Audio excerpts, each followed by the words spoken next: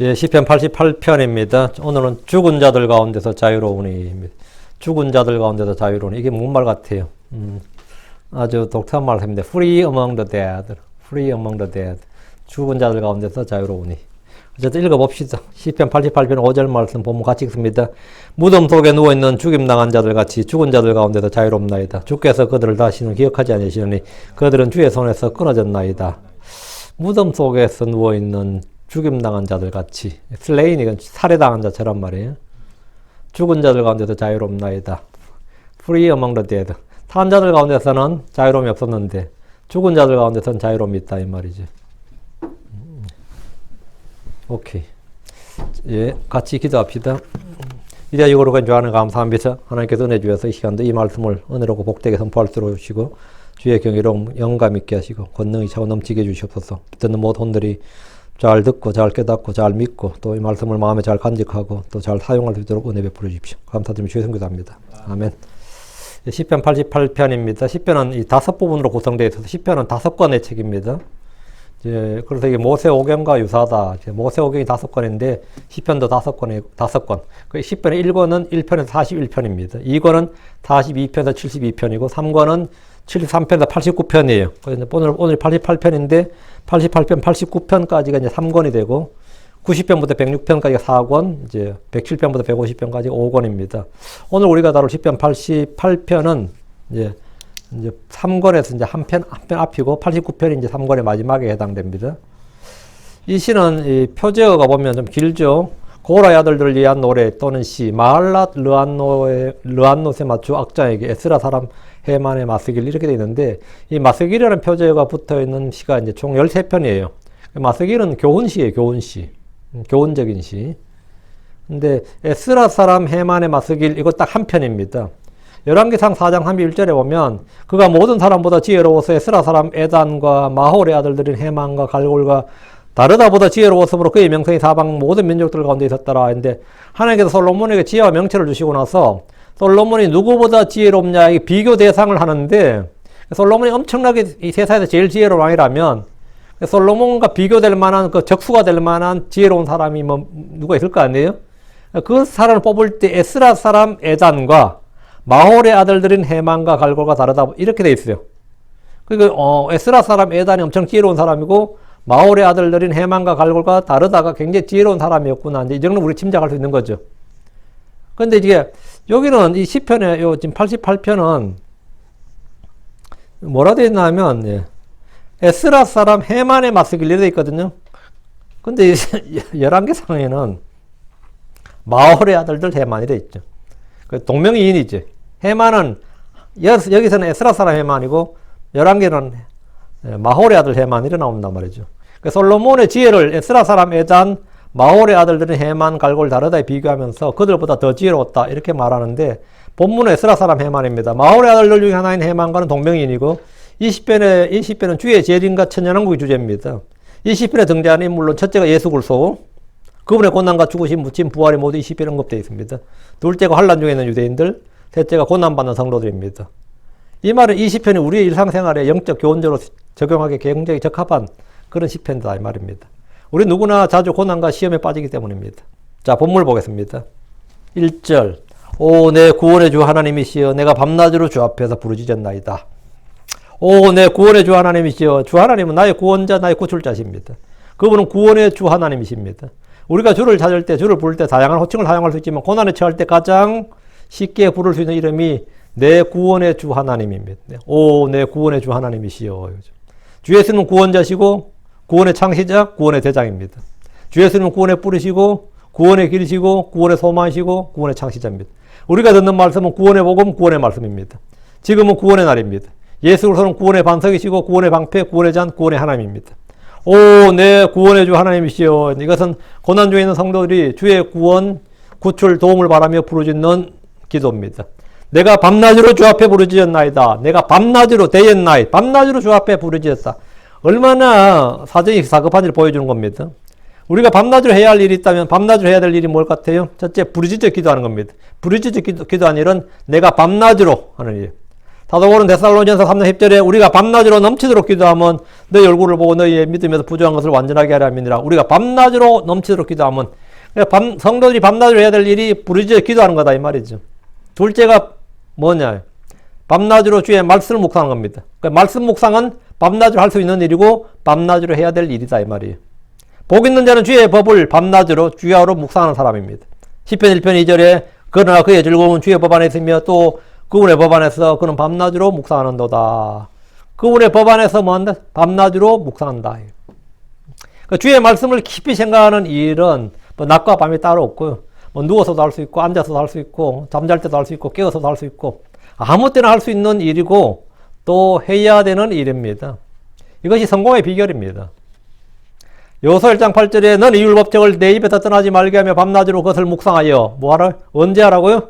밤낮으로 그것을 묵상하여 그 안에 기록된 모든 것에 따라 지켜 행하라. 그리하면 내가 내 길을 형통하게 하며 또한 크게 성공하리라. Great success. 크게 성공하는 비결이 이거면 주의 말씀을 입에서 떠나지 말게 하고 밤낮으로 그것을 묵상하는 겁니다. 그리고 나서 이제 그럼 당연히 지켜 행하게 돼요. 뭐 지켜 행하는 일은 주의 말씀을 묵상하고 그것이 마음에 가득하면 당연히 지켜 행하게 됩니다. 셋째 밤낮으로 해야 되는 게 뭐냐? 우리가 밤낮으로 해야 되는 거. 예, 주를 섬기는 겁니다. 주를 섬기는 일에는 낮과 밤이 없습니다. 계시록 7장 15절에 그러므로 그들이 하나님의 왕자 앞에 있고 또 그분의 성전에서 밤낮으로 그분을 섬기느니라. 그들이 밤낮으로 그분을 섬긴다. 주를 섬기는 일은 뭐 우리가 주야로 해야 되는 일이다 이거죠. 넷째, 밤낮으로 일하는 것. 우리가 크리스천들은 말이죠. 일하는 사람들이에요. 노는 사람들이 아니고. 데살로니가서 2장 9절에 형제들아 우리의 수고와 해산의 고통을 너희가 기억하나니 우리가 너희 중에 아무에도 폐를 끼치지 아니하려 했으므로 밤낮으로 수고하며 너희에게 하나님의 복음을 선포하였노라. 밤낮으로 수고하며 이 수고했다 이 말이면 레이버 밤낮으로 노동하며 이 말입니다. 오늘날 이제 선진국이 되면 특징이 어떻게 되는 거예요? 젊은이들이 예전에는 쉽게 했던 일도 잘 못해요. 왜? 양질의 일자리를 원한다고. 양질의 일자리가 아니면 안 해버려. 왜? 복지기금이 나오잖아요. 굶어 죽을 때 되면 다 하죠. 근데 지금은 어쨌든 사람 국가에서 굶어 죽게는 안 하니까. 예? 그러니까 일 안 해버린다고요. 자발적 백수들이 굉장히 많습니다. 지금은 자발적 백수들이 굉장히 많은 시대예요. 근데 이제 크리스천들은 밤낮으로 일을 해야 된다고. 이거 뭐 삶의 질이가 뭐 어떻게 되는지 아는데 일하는 게 복입니다, 실은. 사도 바울은 복음 전도자로서 밤낮으로 일했는데 데살로니가서 3장 8절에 누구의 빵이든 거저먹지 아니하였으며 너희 중에 아무에도 폐를 끼치지 아니하려고 수고와 해산의 고통 속에서 밤낮으로 일하였으니 수고와 해산의 고통 속에서 밤낮으로 일했다잖아요. 크리스천들은 부지런히 일하는 사람이어야 됩니다. 일하기 싫어하는 것은 또 게으른 것은 결코 크리스천의 성품에 끼지 아닙니다. 예수를 믿은 후로는 할 일이 굉장히 많습니다. 우리 놀고 먹는 자들이 아닙니다. 우리 밤낮으로 해야 되는 일 몇 가지를 이야기했고, 자 2절입니다. 나의 기도가 주 앞에 이르게 하시며 나의 부르짖음에 주의 귀를 기르소서. 밤낮으로 부르짖지 않은 기도가 허공에 사라져버리면 아무것도 아닙니다. 밤낮으로 부르짖는 기도가 주께 가증한 기도가 되고 주께서 듣지 않으시는 기도가 되면 그의 수고는 헛된 것일 뿐 아니라 오히려 그에게 해가 됩니다. 지금 이 부분은 주보에 있습니다. 이전 지금 여기 주보에 있어요. 자 1번부터 보세요. 헛된 것은 주께서 결코 듣지 않습니다. 우리가 기도할 때 주님께 나의 부르짖음에 귀를 기울여서 내가 주님 이렇게 기도하려면 주님 내 기도를 들어주십시오. 응답해 주십시오. 내 기도에 귀를 기울여 주십시오. 이렇게 기도하려면 내 기도가 헛된 것이 되지 않아야 된다 이거예요. 욥기 35장 13절에 헛된 것은 하나님이 결코 듣지 아니하시며 전능자는 그것을 중히 여기지 아니하시로다. 헛된 것은 하나님이 결코 듣지 아니하시며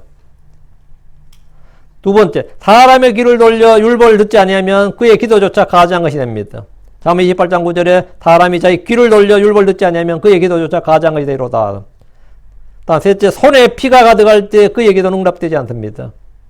이사야 1장 15절에 너희가 너희 손을 앞으로 펼칠 때 내가 내 눈을 너희에게 숨기겠으며 참으로 너희가 많이 기도할지라도 내가 듣지 아니하리니 너희 손에는 피가 가득하니라. 이 피가 가득하다는 말이 뭐죠?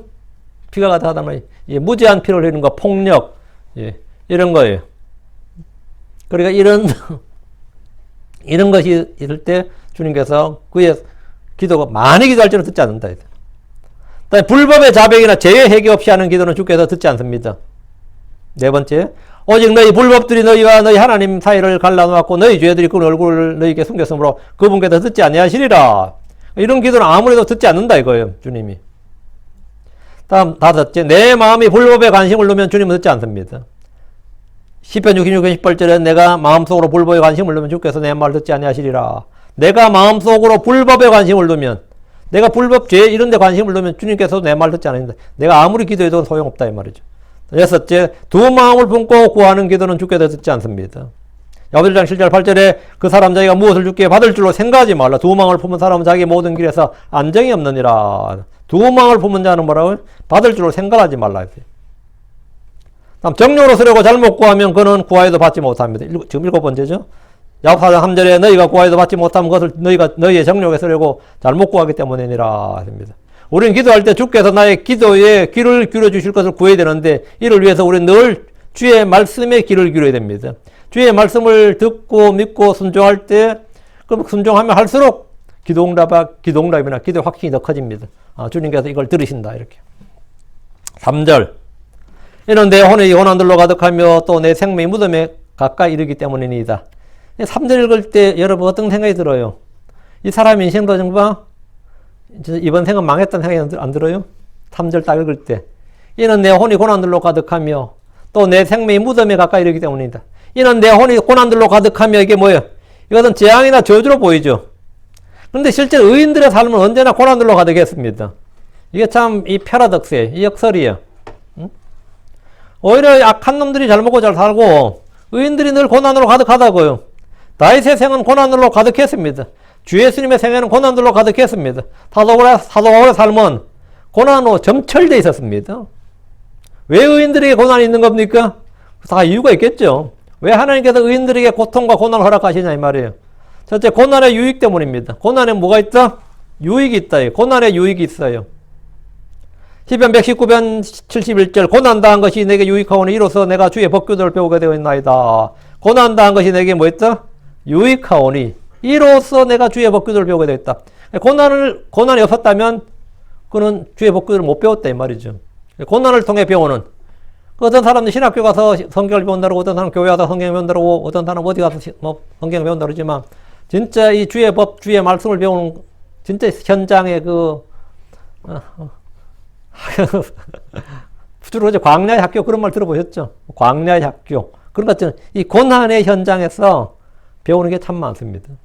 고난 현장에서. 우리는 고난을 통해 주의 법규들을 배우게 됩니다. 둘째, 우리는 고난을 통해 금보다 더 귀한 믿음의 단련을 받습니다. 고난을 통해서. 그러니까 하나님께서 우리에게 주는 건 불로 정령해서 없어질 금보다 더 귀한 믿음의 단련을 주신다 이거죠. 사람들은 금을 달라고 다 외치죠, 주님께. 요즘 금값도 오르는데, 그죠? 금값 오르는데 금 달라고 외칠지 몰라도 주님은 금보다 더 귀한 뭘 주신다? 믿음의 단련을 주신다. 그건 사람 다 주님이 노 땡큐 뭐 이러니까 이것도 못 받고 저것도 못 받는데 하나라도 받으려면 차라리 믿음의 단련을 받는 게 낫죠. 우리는 고난을 통해 정금같이 빚어집니다. 내가 정금같이 사온다 이거예요. 우리는 고난을 통해 주를 찾고 부르짖게 됩니다. 고난의 날에 주를 부름으로 우리는 주를 영화롭게 합니다. 시편 50편 15절에 고난의 날에 나를 부르라. 내가 너를 건지리니 내가 나를 영화롭게 하려다. 고난의 날에 나를 부르라 했습니다. 우리는 고난을 통해 인내와 체험과 소망을 갖게 됩니다. 우리는 고난을 받도록 정해진 자들입니다. 데살로니가 3장 3절에 아무도 이런 고난들로 인해 흔들리지 아니하게 하려니라. 우리가 이런 고난들을 받도록 정해진 줄을 너희 자신이 아느니라. 우리는 고난을 받도록 정해진 자들이다 이거예요. 구원받은 자들은 고난 예정자들이에요. 우리는 구원 예정자들이 아니라 고난 예정자들이라고. 고난을 받도록 정해진 사람들이라고. 성경은 우리에게 고난을 없애달라고 하지 말고 복음의 고난에 참여하는 자가 되라 이렇게 말합니다. 우리는 그리스도의 좋은 군사로서 고난을 견뎌내야 됩니다. 우리가 고난을 당하면 그분과 함께 통치하리라는 약속이 있기 때문입니다. 우리는 고난을 통해 순종하기를 배웁니다. 시편 기자는 내 혼이 고난들로 가득하다 그럽니다. 의로운 욥은 고난들로 가득했습니다. 거룩한 대언자들과 사도들 역시 그들의 삶에서 고난들이 가득했습니다. 그러나 그들 중에 아무도 고난으로 망하지 않았습니다. 그들 중에서 고난으로 망한 사람은 아무도 없어요.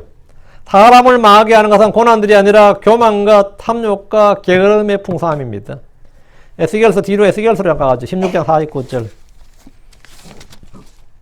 에스겔 16장 49절. 보라, 내 자매 소돔의 훌륭한 것이니 곧 그녀와 그녀의 딸들 안에 있는 교만과 빵의 풍족함과 게으름이 많은 것이라. 쭉 나오죠. 내 자매 소돔의 훌륭한 것이니, 내 자매 소돔. 소돔과 고모라가 뭐죠? 에스겔 16장 49절.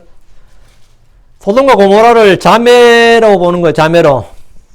우리가 소돔과 고모라 하면 뭐 로미오와 줄리엣처럼 붙어 다니잖아요. 근데 유다와 이스라엘이 소돔과 고모라의 관계와 유다와 이스라엘의 관계가 같은 거다 이 말이에요. 그 네 자매 소돔의 불본 이것이니, 그 유다가 보면 유다와 이스라엘. 근데 이스라엘 중개무역으로 굉장히 부유한, 여러분 우리가 생각할 때 아합 왕은 어떠죠? 성경적으로 보면 굉장히 악한 왕이죠. 정치 외교적으로 볼 때 아합 왕은 굉장히 뛰어난 왕입니다.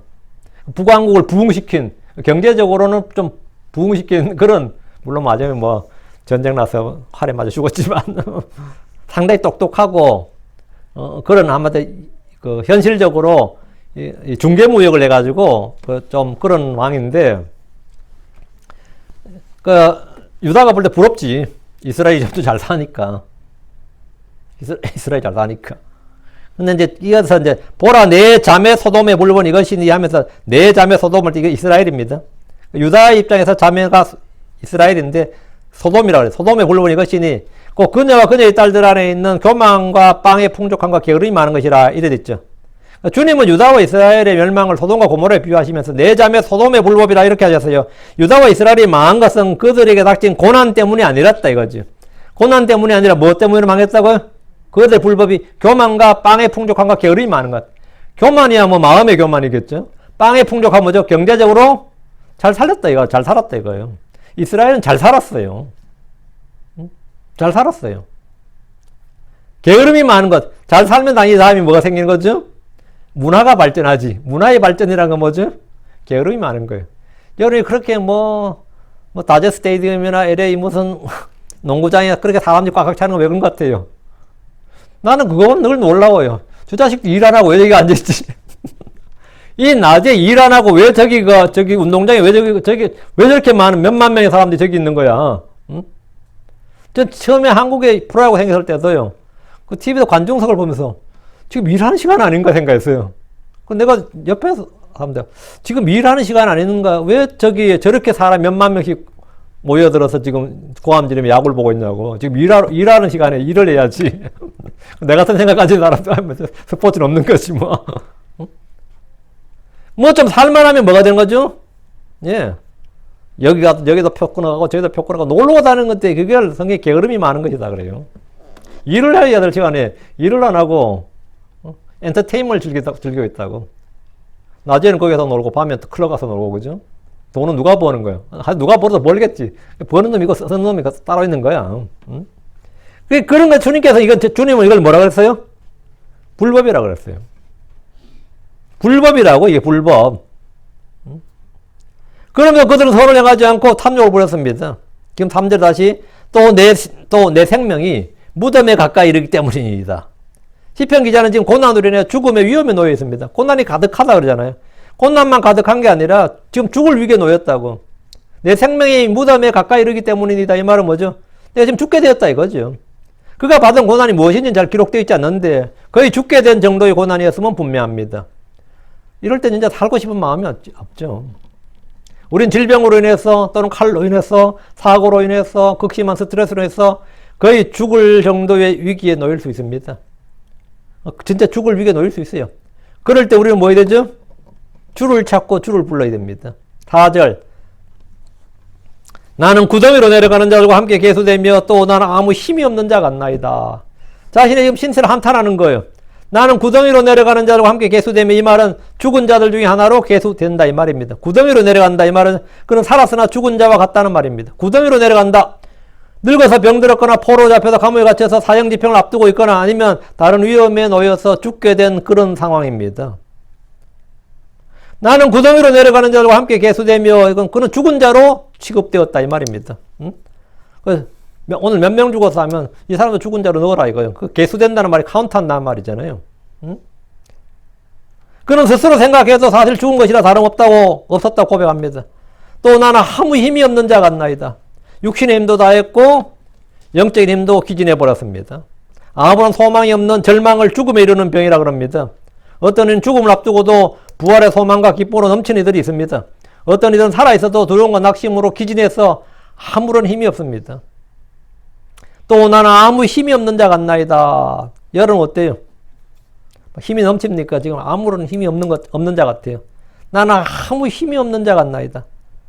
성경에서 가장 힘센 인물은 누구죠? 삼손이지. 삼손은 성경 인물들 중에 가장 힘이 센 사람으로 나옵니다. 그건 홀로 단신으로 블레셋의 모든 군대를 막아내고 이길 수 있는 그런 힘을 가진 사람이었습니다. 삼손은 군대를 모집하지 않았어요.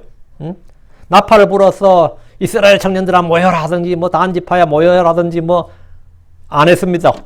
할 필요가 없었어요. 혼자서 블레셋의 군대를 다 무찌를 수가 있었습니다. 혼자서. 삼손의 뭐 손에 뭐 몽둥이라도 하나 잡혀있으면 10,000명이든 20,000명이든 상관이 없는 거예요. 그런 그가 죄를 범한 후에 성령이 그를 떠나버렸습니다. 그러니까 그는 포로로 잡혀서 눈이 뽑혔고 노쪽새로 결박을 당해서 감옥집에서 맷돌을 돌렸습니다. 소처럼 맷돌을 돌렸어요. 그들은 삼손을 불러내서 제주를 부르게 했습니다. 그는 아무런 힘이 없었습니다. 진짜 천하장사, 그런 전설적인 진짜 뭐 초인적인 슈퍼맨이었죠. 삼손이 진짜 슈퍼맨이었어요. 그런 슈퍼맨에서 졸지에 뭐가 된 거죠? 완전 아무런 힘이 없는 거예요. 그가 다시 주를 부르고 주의 영이 그에게 임할 때까지 그는 죽은 자와 같았고 아무런 힘이 없었습니다. 모두가 그를 놀렸습니다. 다 비웃고 놀리고 사울왕을 보십시오. 그는 유능한 장수였습니다. 여러분이 사울왕 하면 목사님들 설교할 때 사울 원칙 안 좋게 설교해서 그렇지 사울왕은 이스라엘의 디펜더였어요. 이스라엘의 방어자였다고 40년을. 그 엄청난 겁니다. 40년을 그 외적들 전체를 막아냈다는 것은 사울왕이 얼마나 걸출한 인물이었는가를 보여준 겁니다. 그래서 다윗도 사울이 죽었을 때 우리의 뭐라? 그가 우리의 디펜더였다고, 방어자였다고요. 하나님의 힘이었다고 그랬어요. 그러나 그런 유능한 장수였는데, 그는 백성들이 이스라엘 왕으로 추대했어요. 그런 그가 주와 그분의 말씀을 받을 때, 그는 아무런 힘이 없는 자가 되었습니다. 우리는 고난 중에 있을 때 주를 잡고 샘을 얻어야 됩니다. 마음이 새롭게 되어야 됩니다. 그렇지 않으면 우리는 아무런 힘도 갖지 못합니다. 아무런 힘도 갖지 못해요. 그러니까 크리스천들 일단 불신자들은 예수 믿어서 구원받아야 돼요. 예수 믿고 구원받은 사람은 뭐가 있어야 된다고? 권능을 받아야 돼요. 파워가 있어야 된다고. 말이 아니라 힘이 있어야 된다고. 그 힘은 뭐 죄를 이길 수 있는 힘이 있어야 되고 세상을 거부할 수 있는 노할 수 있는 힘이 있어야 돼요. 마귀를 대적할 수 있는 힘이 있어야 되고 육체의 정과 욕심을 제어할 수 있는 힘이 있어야 됩니다. 누가 뭐라고 할 때 노할 줄 아는 것 이건 엄청난 겁니다. 제가 애들 학교 가면 맨날 그 붙어 있는 게 say no to drug 뭐 그랬죠. 너 노하라고. 마약에 대해서는 노하라고. 우리는 마약에 대해서만 노하는 게 아닙니다. 동성에 대해서도 노. 세상에 대해서도 노. 모든 부정과 불로에 대해서 우리는 전부 다 노할 수, 그게 크리스천들이에요. 응? 노할 수 있어야 된다고. 근데 이게 노할 줄 모른다고. 왜? 힘이 없어. 노할 줄 아는 힘이 없다고요. 그래서 그냥 동조해버리고 아닌 척 하면서 그냥 끼어들어서 그냥 자기를 감추고, 응? 그냥 불신자처럼 사는 거예요. 그거 왜 힘이 없는 거지. 두렵고, 사람이 두렵고. 그럼 우리는 고난 중에 있을 때 주를 찾고 새 힘을 얻어야 됩니다. 마음이 새롭게 되고 양심이 새롭게 되고 그렇지 않으면 정말 우리는 아무런 힘이 무기력한 사람이 됩니다. 그럼 우리는 뭐가 된 거죠? 예, 이집트로 내려가는 아브라함처럼 되는 거예요. 아브라함이 사라 누구냐고 그러니까 뭡니까?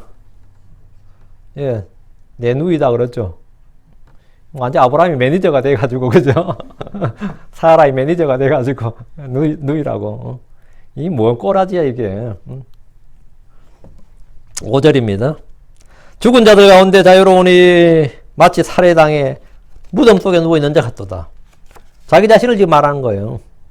그들을 주께서 더 이상 기억하지 아니하시며 또 그들은 주의 손으로부터 끊어졌나이다. 그는 지금 고난으로 생명이 무덤에 가까이 이르렀고 구덩이로 내려가는 자들과 함께 지금 개수가 되고 힘이 없는 자 같으며 마치 살해당의 무덤 속에 누워있는 자 같습니다.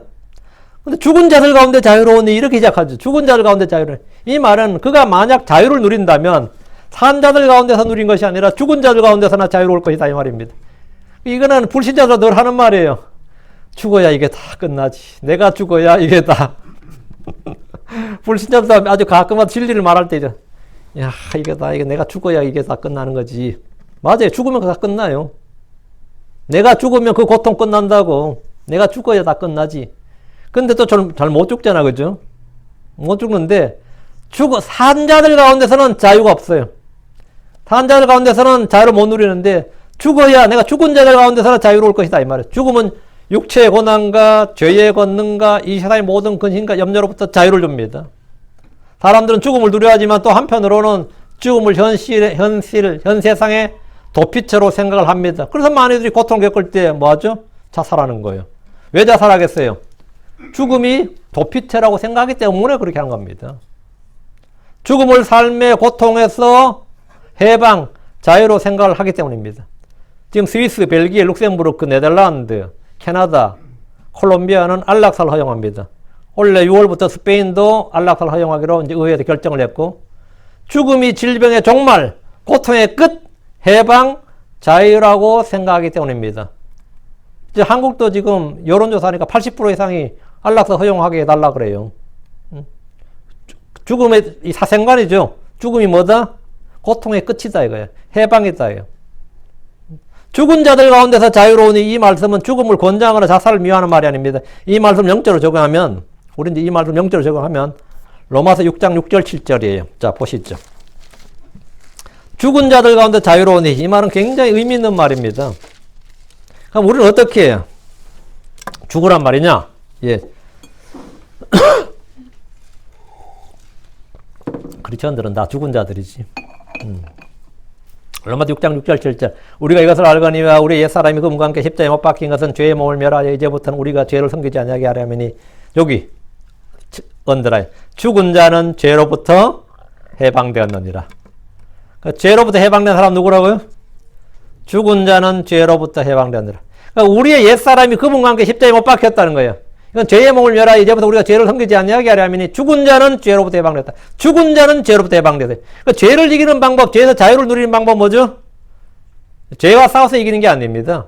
죄와 투쟁하는 게 아니라 죄에 대해서 죽는 거예요. 율법에서 해방되는 방법도 뭐죠? 죽는 겁니다. 이 세상 모든 죽음이 해방이에요. 나의 옛사람 육체의 정과 욕심이 그리스도와 함께 죽으면 그는 자유로운 자가 됩니다. 진정한 자유와 해방은 그리스도의 십자가의 죽음을 통해서 옵니다. 우리가 그리스도와 함께 죽었으면 이제 우리는 그분과 함께 살게 됩니다. 우리는 그리스도와 함께 이 세상에 유치한 원리들로부터 떠나 죽었습니다. 그래서 성경이 골로새 2장 20절에 그러므로 너희가 그리스도와 함께 죽었거늘 어찌하여 세상에 살고 있는 것이 규례들이 복종하느냐. 너희가 그리스도와 함께 죽었거늘, 우리 모두 그리스도와 함께 죽은 자들이다. 내가 그리스도와 함께 십자가에 못 박혔나니 이 말이죠. 그리스도와 함께 죽었으면 죄와 세상과 육신의 정과 욕심, 율법으로부터 해방되는 겁니다. 우리가 그리스도와 함께 죽었으면 또한 그분과 함께 살게 됩니다. 갈라디아서 5장 24절, 그리스도께 속한 사람들은, 크리스천들은 말이에요. 크리스천들은 애착들과 정욕들과 함께 육신을 십자가에 못 박았느니라. 이게 뭔 말이죠? 애착들과 정욕들과 육신을 십자가에 못 박았느니라. 육신이 죽었다 이거. 죽었으면 나는, 죽은 자는 죄로부터 해방되었느니라. 여러분 죽은 자입니까? 우리는 그리스도와 함께 죽었고 함께 묻혔고 그분과 함께 일어났습니다. 성경은 갈라디아 2장 20절에 내가 그리스도와 함께 십자가에 못 박혔으나 그럼에도 불구하고 사노라. 그러나 내가 아니요 그리스도께서 내 안에 사시느니라. 나는 지금 내가 육체 안에 사는 삶을 나를 사랑하사 나를 위해 자신을 주신 하나님 아들의 믿음으로 사노라 했습니다. 이게 뭐냐? 죽은 자는 자유롭다 이거죠. 다시 5절 시편으로 와서요. 죽은 자들 가운데서 자유로우니, 88편 5절. 죽은 자들 가운데 자유로우니 마치 살해당의 무덤 속에 누워있는 자 같도다. 그들을 주께서 더 이상 기억하지 아니하시며 또 그들은 주의 손으로부터 끊어졌나이다. 이제 지금 시편의 기자는 자신을 마치 살해당의 무덤 속에 누워있는 자 같다고 합니다. 극심한 고통을 당해본 사람들이 이런 체험을 해보았다고 할 겁니다. 그들을 주께서 더 이상 기억하지 아니하시며 했는데 주께서는 죽은 자의 하나님이 아니라 산 자의 하나님입니다. 죽은 자들을 더 이상 기억하지 않으신다는 것은 그들의 혼이 지옥으로 떨어졌다는 걸 말합니다. 지옥에 간 자들은 주님이 기억하지 않는 사람들입니다. 또 그들은 주의 손으로부터 끊어졌나이다. 이 말씀 역시 지옥에 간 사람들입니다. 아브라함의 품에 있던 성도들이나 지금 셋째 하늘 낙원에 있는 성도들은 주께서 더 이상 기억하지 않는 것이 아닙니다. 주님은 아브라함과 이삭과 야곱이 죽었는데 뭐라 그랬어요? 난 아브라함의 하나님이요 이삭의 하나님이요 야곱의 하나님이니라. 이게 뭔 말이에요? 굉장히 많이 나오는 표현이에요. 난 아브라함의 하나님이었노라. 이렇게 주님 그렇게 말씀하신 적이 없습니다. 난 아브라함의 하나님이니라 했지. 아브라함은 지금 죽고 없는데 그렇다면 난 정상 문법적으로 하면 아브라함의 하나님이었노라 해야죠. 전에 아브라함이 살았을 때 내가 아브라함의 하나님이었다고. 근데 주님은 계속 나는 아브라함의 하나님이요 이삭의 하나님이요 야곱의 하나님이라 한 것을 너희가 성경 기록에서 읽어보지 못하였느냐? 이렇게 주님 말씀하셨죠. 이것은 근데 사두개인들은 그 말은 무슨 말인지 전혀 몰랐어요. 이것은 하나님은 죽은 자의 하나님이 아니요 산 자의 하나님이더라. 이거 부활에 관한 것이었습니다. 부활에서 물을 때 주님 이걸 말씀하셨어요. 그 말은 뭐냐? 아브라함과 이삭과 야곱이 우리가 볼 때 아브라함과 이삭과 야곱 볼 때 2000년 전에 BC 2000년에 죽었지요. 응? BC 2000년에 죽은 사람인데 BC 2000년에 죽은 사람이 아브라함이에요. 근데 BC 2000년에 죽은 사람인데 주님은 계속해서 난 아브라함의 하나님이요. 이 말은 아브라함이 뭐죠? 예, 산자다 이 말이죠. 하나님의 그런 산자라고 죽은 자가 아니다 이 말이죠. 죽은 자가 아니라고. 예. 주께서는 죽은 자의 하나님이 아니라 산자의 하나님이다 말. 산자의 하나님. 주님은 아브라함뿐만 아니라 믿음의 조상들 기억하셨어요, 안 하셨어요? 기억하셨습니다. 아브라함을 기억하사 이렇게 나와요. 다윗을 기억하사 이렇게 기억하셨다고. 그러니까 주께서 노아와 다니엘과 욥을 기억하셨어요, 안 하셨어요? 기억하셨어요. 기억하셨습니다. 주께서 의로운 자들이 행한 일과 수고와 섬김과 고난을 결코 잊지 않으시며 그들의 이름을 어린 양의 생명책에 또 주의 기념책에 기록하사 영원히 기억하십니다. 영원히 기억하신다고. 하나님은 결코 우리를 버리지 않고 잊지도 않으십니다. 잊지 않는다고. 본문이 말한 죽은 자들 가운데서 자유로는 살았을 때 겪었던 고통으로부터의 자유를 말합니다. 어떤 죄인도 죽는 순간 더 이상 죄를 묻지 않습니다. 경찰이나 검찰도 죽은 사람을 상대로 고소하거나 재판하지 않습니다. 어떤 죄인이라도 죽는 순간 채무의 부담을 지지 않습니다. 그의 죄는 다 사라집니다. 죽음이 주는 자유는 이 세상 삶의 모든 일에서 해방입니다. 그러나 구원받지 못했다면 그의 영혼은 죽어서 자유가 아니라 현 세상에서 받았던 것보다 훨씬 더 큰 고통을 지옥에서 받게 됩니다. 그래서 모든 사람은 구원받아야 됩니다. 6절입니다. 주께서 나를 가장 낮은 구덩이와 어두움과 깊음들 속에 두셨나이다. 구덩이로 내려간다고 하면 무덤을 말하죠. 구덩이 하면 1차적으로 뜻은 무덤이에요. 몸이 죽으면 땅의 구덩이로 우리가 내려가게 됩니다. 근데 가장 낮은 구덩이 하면 좀 달라요. 가장 낮은 구덩이 하면 지옥을 말합니다. 무서운 구덩이, 멸망의 구덩이, 가장 낮은 구덩이, 깊은 구덩이 이렇게 말하면 다 지옥을 말한 겁니다. 이런 표현들은. 이보다 더 특이한 구덩이가 하나 있는데 성경에 바닥 없는 구덩이에요. bottomless pit. 바닥 없는 구덩이인데 땅 속에는 아브라함의 품과 지옥이 있고 그 사이에 깊은 구덩이가 있는데 이 구덩이가 바닥 없는 구덩이라 불립니다. 계시록 9장 2절에서 이 바닥 없는 구덩이가 열리고 거기서 큰 용광로의 연기 같은 연기가 올라와서 해와 대기가 그 구덩이의 연기로 인해서 어두워집니다. 그 구덩이는 왕이 있는데 바닥 없는 구덩이의 천사요. 그의 이름은 히브리어로 아바돈, 헬라어로 아폴리온입니다.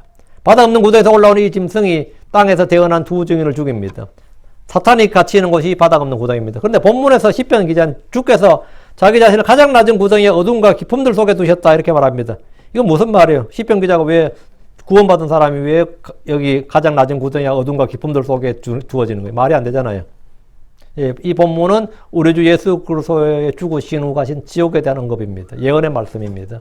주 예수 그리스도에 관한 말씀이에요. 그 시편 16편 10절에 이는 주께서 내 혼을 지옥에 남겨두지 아니하시고 주의 거룩한 자가 썩을 보지 아니하게 하실 것이기 때문이니다. 주께서 내 혼을 지옥에 남겨두지 아니하시고 이 말은 지옥에는 갔다 이 말이죠. 근데 지옥에 남겨두지 않으시고 계속해서 지옥에 사는 건 아니에요. 예. 3일 밤 3일 낮 그거 하면은 부활하시니까. 주의 거룩한 자가 예수님이죠. 썩을 보지 아니하게 하실 것이기 때문에 이건 육체에 관한 거고 육체 부활이고요. 혼을 지옥에 남겨두지 아니하시고 다음은 썩을 보지 아니하고 몸과 혼 둘 다 부활입니다. 7절 주의 진노가 나를 심히 누르시며 또 주의 모든 파도로 나를 괴롭게 하셨나이다. 셀라. 이 구절의 말씀 역시 우리 주 예수님께서 당하신 혼의 고통에 대한 예언의 말씀입니다. 주께서 십자가에서 몸의 고난과 고통을 겪으셨을 뿐 아니라 혼의 고통을 받으셨습니다. 그분 우리를 위해 죄가 되셨습니다. 그분 우리를 위해 저주가 되셨습니다. 갈라디아 3장 13절에 그분께서 그리스도께서 우리를 위해 저주가 되사 율법의 저주에서 우리를 구속하셨으니 기록된 바 나무에 달린 모든 자는 저주받았느니라 하였느니라. 주님은 그분의 몸으로 또 혼으로 고통을 받으셨다. 몸으로 받은 고통은 여러분은 뭐 너무 잘 알죠. 보험서에 뭐 사보험서에 다 기록되어 있고요. 주께서 우리의 고통을 짊어지고 우리의 슬픔을 담당하셨습니다. 주께서 우리 모두의 불법을 그에게 담당시키셨습니다. 주께서는 그를 상하게 하는 것을 기뻐하사 그를 고통에 두셨습니다. 주께서는 자기 혼이 해산의 고통을 치는 것을 보고 만족하게 여기셨습니다. 주 예수님은 아버지께서 진노의 잔을, 주 예수님은 아버지께서 주신 그 진노의 잔을 낭겹이 다 마시셨습니다. 주의 진노가 나를 심히 누르시며 이 말씀대로 그분의 혼은 해산의 고통을 치르신 겁니다. 우리 주 예수님께서는 우리의 죄가 되시고 저주가 되셨기 때문에, 율법의 저주가 되셨기 때문에, 그리고 주님께서 고통을 다 그 담당시켰단 말이죠. 그 해산의 고통을 치르셨다고요. 그분의 혼은 지옥에 던지셨습니다. 또 주의 모든 파도로 나를 괴롭게 하셨나이다. 셀라이다. 주 예수님은 죽음의 고난을 맛보셨고 그분의 혼은 지옥의 고통을 담당하셨습니다. 주께서 주의 모든 파도로 나를 괴롭게 하셨다고 하는데 하나님의 분노의 잔을 마셨던 주 예수님이 받은 고통을 말하는 겁니다. 8절 주께서 내가 아는 자들을 내게서 멀리 떠나게 하셨나이다. 주께서 나를 그들에게 가증한 것이 되게 하셨나이다. 나는 갇혔으며 또 나는 나아갈 수 없나이다. 이 구절 역시 우리 주 예수님에 관한 예언입니다. 주님의 친족, 친구들, 가족들, 친지들, 형제들이 모두 주를 떠났습니다. 주님의 제자들 역시 모두 주를 버리고 도망쳐버렸습니다. 주께서 내가 아는 자들을 내게서 멀리 떠나게 하셨나이다. 이 말씀대로 주 예수님은 모든 사람에게 버림을 받았고 특히 가까운 자들에게 버림을 받고 배척을 받으셨습니다. 시편 69편 8절에 내가 내 형제들에게 낯선 자요 또 내 어머니 아이들에게는 외인이 되었나이다. 외인이 되었다 이게 뭐죠? 남이 되었다 이 말이에요. 스트레인저가 되었다고요. 내 형제들에게도 나는 왜 낯선 자가 되었다고요. 내가 내 형제들에게 낯선 자고 내 어머니 아이들에게 외인이 되었나이다. 이건 내가 아는 자를 내게서 멀리 떠나게 하였다. 이게 얼마나 심적 고통인지는 뭐 여러분 잘 아실 겁니다. 여러분이 조금만 좀 호의를 베풀어주고 그래서 내가 좀 친하다고 생각했거나 친구로 생각했던 사람이 배신을 때리면 어때요? 아픔이 있죠. 욕이 저절로 나오지 정말로. 근데 예수님께서 그런 고통을 가장 크게 겪으셨단 분이죠. 다시 8절 주께서 나를 그들에게 가증한 것이 되게 하셨나이다. 주께서 나를 그들에게 가증한 것이 되게 하셨나이다. 그들이 예수하면 이거 말도 끄집어내지 말라고. 내가 그 사람 싫다 밉다 뭐 떠나서 그런 정도가 아니라 내가 그 사람 알았다는 자체가 난 치욕이다 뭐 이런 거죠. 주께서 나를 그들에게 가증한 것이 되게 하셨나이다. 그들이 나를 뭐 미워한다는 정도가 아니다. 나를 미워한다 욕하는 정도가 아니라 아예 뭐 상종조차 하고 상종하고 싶지도 않다 이거죠. 나는 갇혔으며 또 나는 나아갈 수 없나이다. 주님은 그의 형제들에게 가증한 것이 되었습니다. 그분께서 나무에 달려 죽으셨기 때문입니다. 왜 가증한 것이 되었냐? 뭐 칼에 죽었거나 돌에 맞아 죽었으면 좀 덜한데 나무에 달려 죽었던 거예요. 왜 나무에 달려 죽은 게 왜 중요하냐면 이 신명기에 따르면 나무에 달린 자는 주께 저주받은 자예요. 그래서 예수님이 나무에 달려 죽었어요. 그럼 율법에 따르면 성경에 따르면 한마디로 예수님 저주받은 자예요. 그는 누구의 저주받은 자죠? 하나님의 저주를 받은 자예요. 하나님의 저주를 받은 자를 내가 뭐 하려고 내가 그 사람과 엮일 게 뭐가 있어요. 예수 하면 그냥 뭐죠? 하나님의 저주받은 자예요. 지금도 유대인들에게 예수는 그냥 하나님께 저주받은 자예요. 그는 반박할 수가 없는 게 율법이 그렇게 되어 있다고 성경이 그렇게 되어 있다고 성경 신자라면 예수 하나님께 저주받은 자 맞네. 난 누가 나 예수는 하나님께 저주받은 자예요. 그러면 우리 뭐라 그러죠? 아멘 그럽니다. 장로교인들이나 다른 개신교인들은 그 말에 뭐 펄쩍 찔지 모르지 우리는 예수님께서 우리의 죄가 되셨고 저주받았다 그러면 우리는 아멘 그래요. 왜?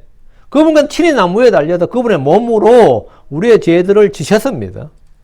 그리고 갈라디아 3장 13절 분명히 그리스도께서 우리를 위해 저주가 됐사 율법의 저주에서 우리를 구속하셨으니 기록된 바 나무에 달리는 모든 자는 저주받았느니라 하더니라. 그 말은 예수가 뭐라고? 저주받았단 말이 안 받았단 말이에요.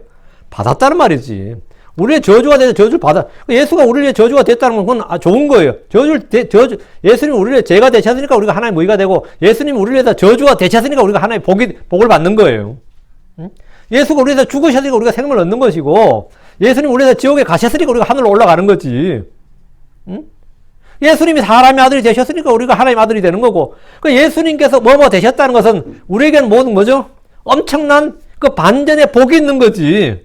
율법에 따르면 나무에 달린 자는 저주받은 자니까 유대인들은 그것까지만 아는 거지. 그것까지만 아니까 이 본문에 따라서 뭡니까? 주께서 나를 그들에게 가증한 것이 되게 하셨나이다. 가증한 것이 되게 하셨다. 우리는 그 다음을 알죠. 예수님은 어쨌든 간에 저주받은 자인데, 그분 우리를 율법의 저주가 되셨다면, 유대인들은 그가 저주받은 자라고만 생각했기 때문에 예수님은 그들에게 가증한 것이 되었습니다. 그분은 이웃들에게도 치욕거리가 되었습니다. 시편 31편 11절에 내가 내 모든 원수들 가운데서 특히 내 이웃들 가운데서 치욕거리가 되었으며 또 나를 아는 자들에게는 두려움이 되었나이다. 밖에서 나를 본 자들이 나로부터 도망하였나이다. 그러니까 예수님이 사람들에게 얼마나 저거 됐는지 알겠죠? 이 말씀만 들어도 내 이웃들 가운데서 특히 내 이웃들 가운데서 치욕거리가 되었다잖아요. 또 나를 아는 자들의 두려움이 되었나이다. 예수 하면 말하지 마. 예수 입에서 끄집어내지 말라고. 말하지도 말라. 응? 밖에서 나를 본 자들이 나로부터 도망하였나이다. 제자들도 다 도망했는데요. 예수라는 이름은 그들의 저주받은 자란 뜻 외에 다른 뜻이 없었습니다. 우리에게 예수님은 구원자 하나님의 이름이고 유대인들에게 그분의 이름은 저주와 모욕과 치욕거리였습니다. 시편 38편 11절에 내 사랑하는 자들과 내 친구들이 내 상처로부터 멀리 떨어져 서 있었으며 내 친족들도 멀리 떨어져 서 있었나이다. 이게 예수님께서 십자가의 고난 받을 때 이야기예요. 다시 8절. 나는 갇혔으며 또 나는 나아갈 수 없나이다. 나는 갇혔으며 어디에요? 그분은 죽어서 묻혔습니다. 그분의 몸은 무덤에, 그분의 혼은 지옥에 갇혔습니다. 3일 밤 3일 낮 동안 그분은 갇혔고 나아갈 수가 없었습니다. 그러나 그분은 어떻게 나올 수 있었던 거죠? 그분은 사망의 열쇠를 가지고 있었습니다. 사망에서 나오는 거죠. 그분은 지옥의 열쇠를 가지고 있었습니다. 그 지옥에서 나올 수 있는 거죠. 왜? 열쇠를 가지고 있었다고요. 그러니까 주님은 사망의 열쇠, 지옥의 열쇠를 가진 분이기 때문에 사망의 문을 열고 나올 수 있고 지옥의 문을 열고 나오실 수 있는 겁니다. 그래서 죽은 자들도 일어나셨고 무덤을 열고 나오셨습니다. 그분의 혼은 지옥을 열고 나오셨어요. 자, 9절. 내 눈이 고난으로 인하여 애곡하나이다. 주여 내가 날마다 주를 부르나이다. 내가 내 손을 주께 내밀었나이다. 이건 기도죠. 구약의 대언자 예레미야의 눈이 고난으로 애곡했습니다. 다윗 역시 눈물병에 눈물을 담고 침상을 적시도록 울었습니다. 우리 주께서도 눈물로 기도와 간구를 들으셨습니다. 히브리서 5장 7절에 그분께서는 친히 육체로 거하던 때에 자기를 사망으로부터 능히 구원하실 분에게 강렬한 부르짖음과 눈물로 기도와 간구를 들으셨고 또 친히 두려워하셨으므로 하나님께서 들으셨느니라. 주님께서 뭐라고요? 눈물로 기도와 간구를 들으셨고 눈물로 기도와 간구를 들으셨다면 울었다 이 말이에요. 울었다. 내 눈이 고난으로 인하여 애곡하나이다. 내 눈이 고난으로 애곡하나이다. 우리가 일상에서 참 고난이 많은데 뭐 어떤 분들은 뭐 고난이 없어 보이는 분도 있어요. 참 잘 사는 사람도 있고 은혜로 잘 사는 사람은 뭐 할렐루야 아멘이고 주님을 찬양하면 되고 왜 이렇게 하는 일마다 안 되고 고난이 많고 고통스럽고 삶이 힘들까 이런 분들 있죠. 고난의 유익이 있습니다. 그걸 내가 감당하겠다. 주님 주신 것을 내가 받아들이고 이것으로 해서 내가 무언가를 배우고 주님께 주신 걸 받겠다 하면 전부 다 여러분은 고난의 유익을 누릴 수 있게 됩니다. 고난의 열매가 있어요. 내가 연단을 받고 내가 단련을 받고 뭐가 되든 간에 결코 여러분이 고난받는 혼들이 평안하게 잘 먹고 잘 사는 사람보다 저주받은 거 아닙니다. 재앙의 산도 아니에요. 절대로 그런 거 아닙니다. 절대로 그런 거 아니에요. 이 목회도 마찬가지예요. 뭐 몇만 명, 몇십만 명 되는 목사들도 있지만 평생을 사역했는데 어떤 분이 저한테 미국 교회 자기는 빌려 쓰는데 우리하고 교회를 바꾸지. 뭘로 바꾸는지 했더니 자기 미국 교회니까 이제 예배를 정시에 못 드리는 거야. 근데 집사님 두 분이 예배 시간 때문에 못 나온다. 자기 못 나온다. 교회 옮기게 되겠다. 그래가지고 막 헐레벌떡 찾아다니는 거예요. 근데 나도 그러면 나도 미국 교회 안 들어가는 이유 중에 하나가 예배 시간 때문에 난 미국 교회 안 빌리는 건데, 안 들어가는 건데, 말이 안 되고, 여자도 이야기 처음 보는 분이에요. 누가 소개로 왔다는데. 근데 그 한마디가 제가 지금도 기억이 나요. 그렇게 애를 쓰는데 왜 이렇게 안 되는지 모르겠습니다. 그러더라고, 나보고. 그렇게 애를 쓰는데 왜 이렇게 안 되는지 모르겠습니다. 근데 목회에 가는 말이에요. 진짜 자기는 그렇게 애를 쓰는데 왜 이렇게 안 되는지 모르겠습니다. 그런데 뭐 나보다 많아 보이는데 누구 앞에서 지금 누구 앞에서 뭔 소리 하는 거야. 내가 그냥 웃고 말았죠, 그냥. 응? 근데 그 다음, 그때 우연찮게 밖에서 만났는데, BMW i7 몰고 다녔습니다. 내가 어이가 없어가지고, 씨. 나 그때 빨간 차, 포드 1000불짜리, 씨. 백인 노인 차던 차, 이것도 안 돼서 이렇게 돌리는 차 몰고 다닐 때. 근데 그렇게 안 된다면 BMW i7 몰고 다닐 정도면 괜찮은 건데? 응? 그렇게 안 될 정도, 이 정도면 좀 되는 목사인데, 어떻게, 얼마 되는 거야? 응? 그렇게 안 되는 게 이 정도면. 나 참. 근데 고난이라는 게 말이죠. 악한 거 아니에요. 고난이 악한 거 아닙니다. 재앙도 아니고, 저주도 아니에요. 제가 이 고난에 대해서 좀 더 이야기를 하고 싶은데, 제가 이제 설교가 보니까 고난과 크리스천이라는 설교를 제가 2번 했고, 고난을 유익하다는 설교도 제가 어제 우리 홈페이지에 검색을 쭉 해보니까 제법 설교 몇 개 있더라고요. 내가 따로 더 다룰 필요 없겠다 싶어서 더 이상 말씀 안 하는데, 내 눈이 고난으로 인하여 애곡하나이다. 여러분 생각할 때 아벨부터 시작해서 의인들 중에 고난 없었던 사람 아무도 없습니다. 그거 아무도 누구도 그 사람 그분들이 재앙이나 저주를 받다 그러지 않아요. 그런 애곡은 좋은 겁니다. 주여 내가 날마다 주를 부르나이다. 이건 항상 기도하라, 쉬지 말고 기도하라, 밤낮으로 기도하라는 말씀의 실천자가 우리 주 예수님입니다. 내가 날마다 주를 부르나이다. 이거 우리 주님께도 이렇게 하셨고 사도들도 다 이렇게 했어요. 그분은 날마다 주를 불렀습니다. 대언자들은 사도들 이렇게 그랬습니다. 우리 날마다 주를 찾고 그분을 불러야 됩니다. 내가 내 손을 주께 내밀었나이다. 기도했다 이 말입니다. 기도했다. 오케이. 오늘까지. 예.